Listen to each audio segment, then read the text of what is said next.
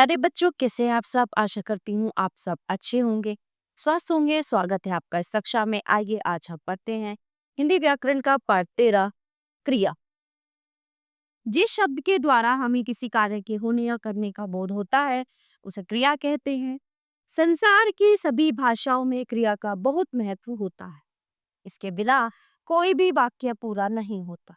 वैसे तो पढ़ना, लिखना, दौड़ना, खाना आदि सभी क्रियाएं हैं, परंतु जब इनका वाक्यों में प्रयोग होता है तब इनका रूप लिंग वचन कारक की दृष्टि से परिवर्तित हो जाता है।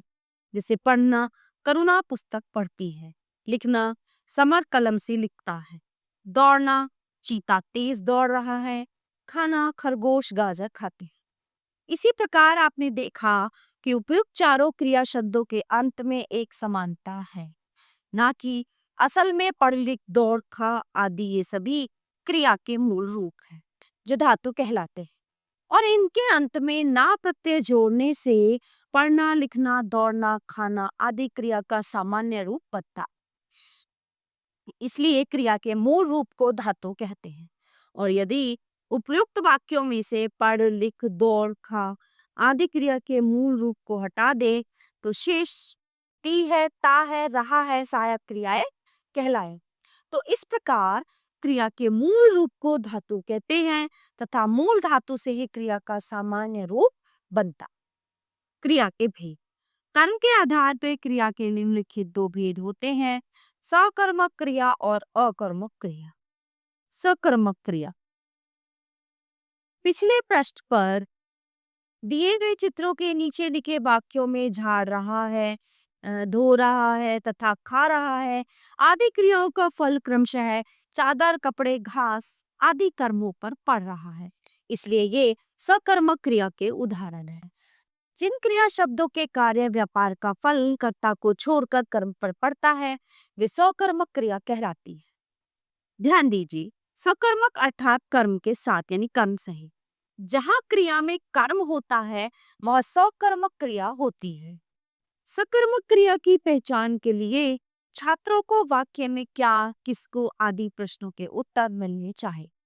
सकर्मक क्रिया में कभी कभी अप्रत्यक्ष भी होता है, जैसे श्रेष्ठ खाता है, तो इस वाक्य में क्या खाता है का उत्तर नहीं मिल रहा, परंतु ये निश्चित है कि श्रेष्ठ कुछ ना कुछ अवश्य खाता है, इसलिए यह सकर्मक क्रिया का उदाहरण होगा।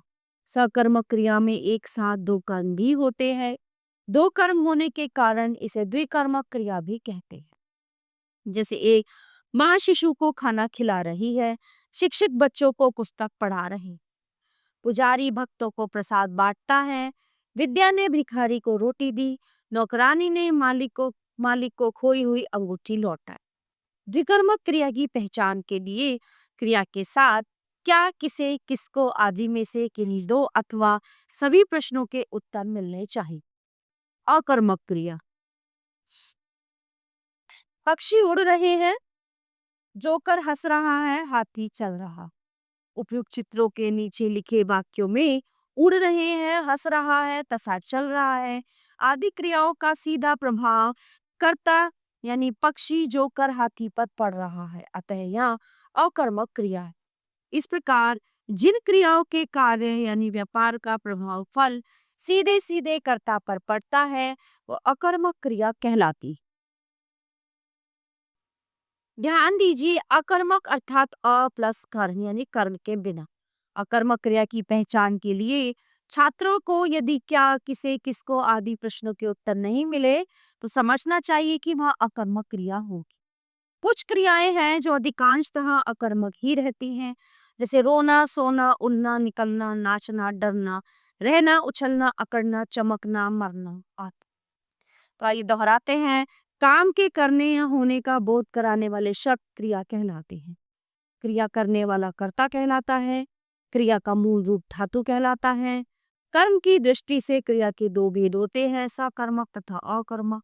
सकर्मक क्रिया में एक साथ एक या दो कर्म होते हैं। सकर्मक क्रिया में क्या, किसे, किसको आदि प्रश्नों के उत्तर मिलते हैं। अकर्मक क्रिया में क्या, किसे, किसको आदि किसी भी प्रश्न का उत्तर नहीं मिलता। तो प्यारे बच्चों, ये था हमारा पाठ क्रिया जो यहीं पे समाप्त होता है। आशा करती हूँ आपको अच्छे से समझ आया होगा। मिलते हैं अगली कक्षा में। धन्यवाद।